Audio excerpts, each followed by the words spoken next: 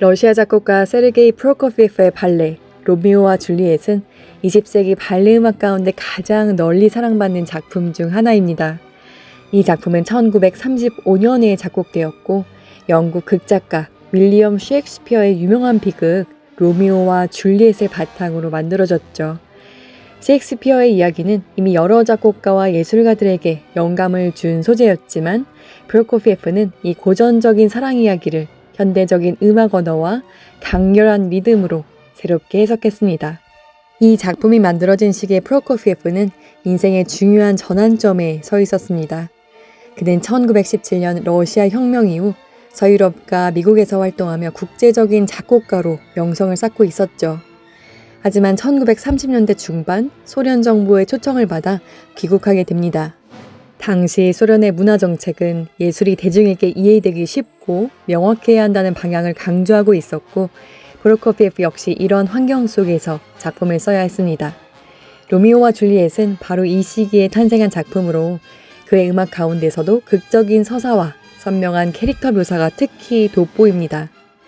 흥미로운 사실은 이 발레가 처음부터 순조롭게 공연이 된 건 아니라는 점인데요. 프로코피예프가 이 발레 음악을 처음 완성했을 때 일부 극장에서는 음악이 지나치게 복잡하고 춤추기 어려운 음악이다 라고 판단했습니다. 심지어 초기 버전에서는 셰익스피어의 비극적 결말 대신 두 주인공이 살아남는 해피엔딩으로 끝맺게 되었는데 이 설정 역시 논란이 되었습니다. 결국 프로코피예프는 결말을 원작처럼 비극적으로 수정했고 여러 차례의 개정을 거친 뒤 1938년 체코에서 발레가 처음 공연되었습니다.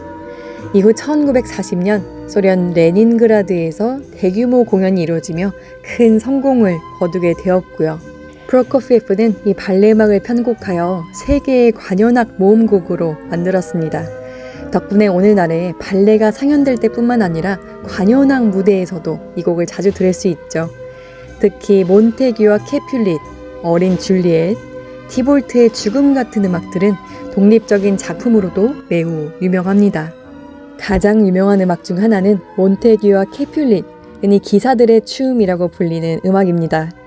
낮은 현악기와 금관악기가 만들어내는 무겁고 위험 있는 리듬이 특징이죠. 강하게 반복되는 리듬과 어두운 화성은 두 가문 사이의 긴장감과 권력을 상징하는 듯한 분위기를 풍깁니다. 이와 상반되는 음악이 어린 줄리엣인데요. 완전히 다른 분위기가 펼쳐지죠.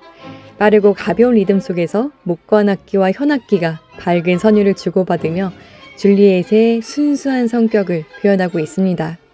음악은 장난스럽고 활기차게 움직이며 줄리엣이라는 캐릭터를 음악으로 섬세하게 묘사합니다.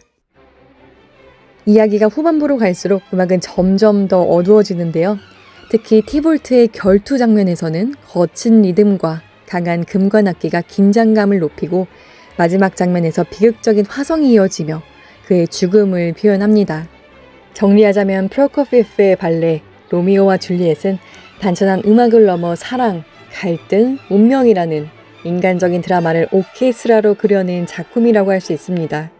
강렬한 리듬과 현대적인 화성, 그리고 놀라울 만큼 서정적인 선율이 결합된 이 발레 음악은 20세기 음악 가운데서도 가장 극적이고 감정적인 작품으로 평가받고 있죠.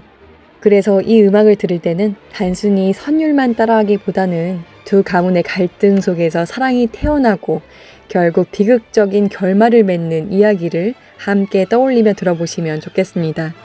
그러면 프로코피예프가 이 고전적인 이야기를 얼마나 생생하고 현대적으로 바꾸어 놓았는지 훨씬 더 깊이 느낄 수 있을 겁니다.